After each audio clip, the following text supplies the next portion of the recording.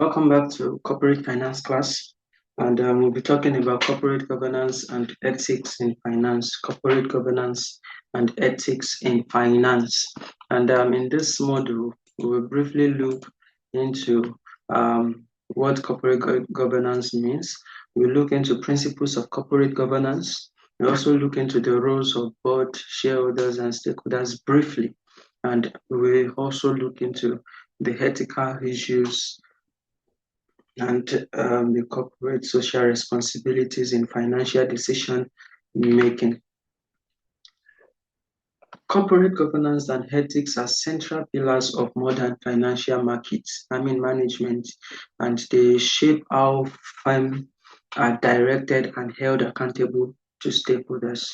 When we have a sound governance, it actually builds trust, promotes transparency, and ensures financial decision aligns with long-term sustainability. And the ethical dimension of finance addresses moral and social implication in decision making. And that is why we'll be looking at the corporate social responsibility, from fair reporting to responsible investment. And adhering to strong ethical standard fosters stakeholders' loyalty and reinforces a firm's legitimacy. Now, what is corporate governance?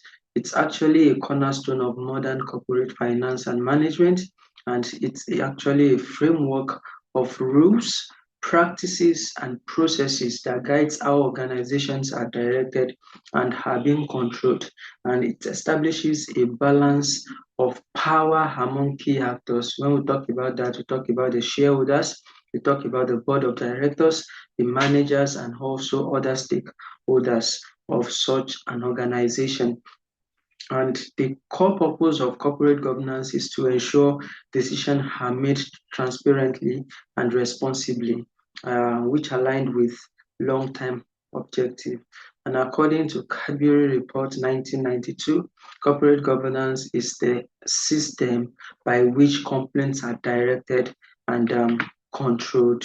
And key stakeholders in corporate governance, we have some key stakeholders, we'll be mentioning them and we'll elaborate briefly on them. So governance involves the relationship between a company's management, its board, its shareholders, and also other stakeholders. And when we talk about stakeholders, these are known to be the owners of the company. And governance ensures their investments are protected and they receive a return. Yes, corporate governance actually ensures that that which they invested in such an organization is being protected and they are able to receive a return. And also we have the board of directors, and these are appointed by the shareholders, which are the owners of the company, to oversee management. And their role is to provide strategic directions and hold management accountable for whatsoever that happens. And we have the management who are responsible for the day-to-day operations, day-to-day running of such a company and the implementation of what the board provides as strategies. And we have other stakeholders, and this includes the employee, the creditor, the customers, suppliers, and community. And good corporate governance considers all their interests. It does not leave a particular one aside. No, it encapsulates all interest of every stakeholders, every person that are in such a company. For the board of directors, its role, the board acts as a crucial link between the shareholders and the management. Their primary function includes strategic guidance, that is setting the overall direction of the firm. Also, they have oversight and monitoring function, and this deals with supervising management to ensure decision aligns with company goals. We also have the risk management function, and this deals with identifying and mitigating major risk.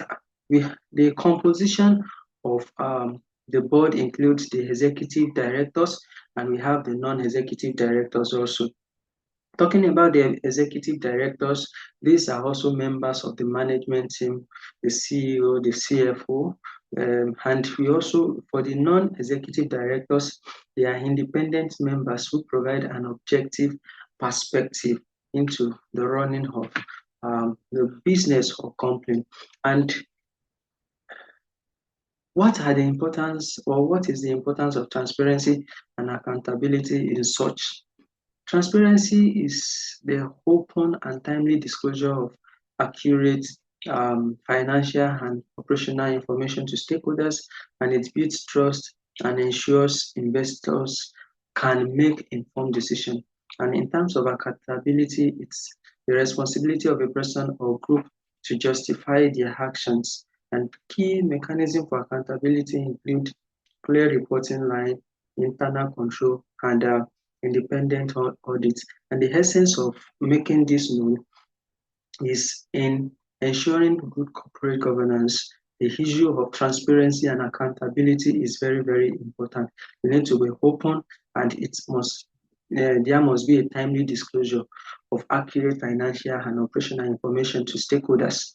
And this will actually build build their trust, and also accountability is very important, and it's actually the responsibility of a person or group of people to justify their actions, the things that have been carried out as such. And we have the corporate ethics and ethical dilemmas. Yes, it's very important that ethics are being followed in businesses, in carrying out business operations. And we have business ethics, which are the moral principle that guides a company's behavior.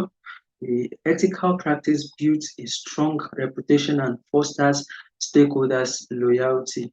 And we also have the ethical dilemmas. And these situations, it's a situation where a decision has both a clear financial benefit and potential ethical cost. An example of this is a manager facing a conflict of interest, such as awarding a contract to a relative company.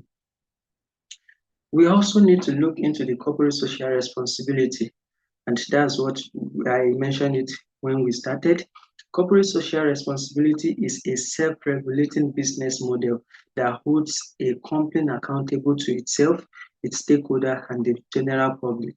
And it emphasizes that companies have a responsibility to societies, not just to themselves, not just to make profit, but also to the society and the environment beyond just making a profit.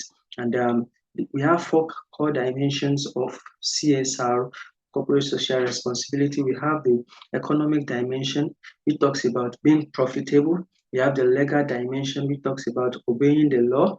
We have the ethical dimension, which deals with doing what is right and fair. And we have the philanthropic dimension, which is contributing to the society.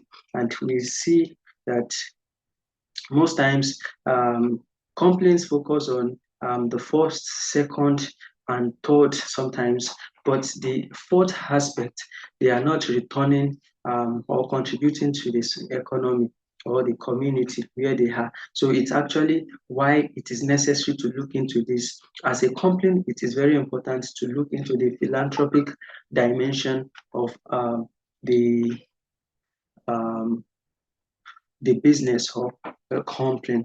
The role of ethics and CSR in finance, integrating ethics and CSR into finance decision making helps a company by one, mitigating reputational risk, two, attracting capital, and three, fostering long-term value. When we talk about mitigating reputational risk, the company's reputation can be a valuable asset, and ethical lapses can cause significant damages. Also, as per attracting capital, ethical complaints are often seen as less risky and more attractive to investors, and especially those focused on ESG investing. And under the fostering long-term value as a role of ethics and CSR in finance, ethical and sustainable practice contributes to a company's long-term viability and growth.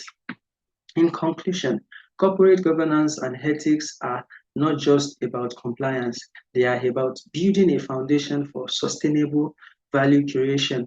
By balancing the interest of all stakeholders, firm can actually enhance accountability and strengthen shareholders' wealth. And sound governance and ethical practice leads to trust, a strong reputation, and a long-term success. Thank you.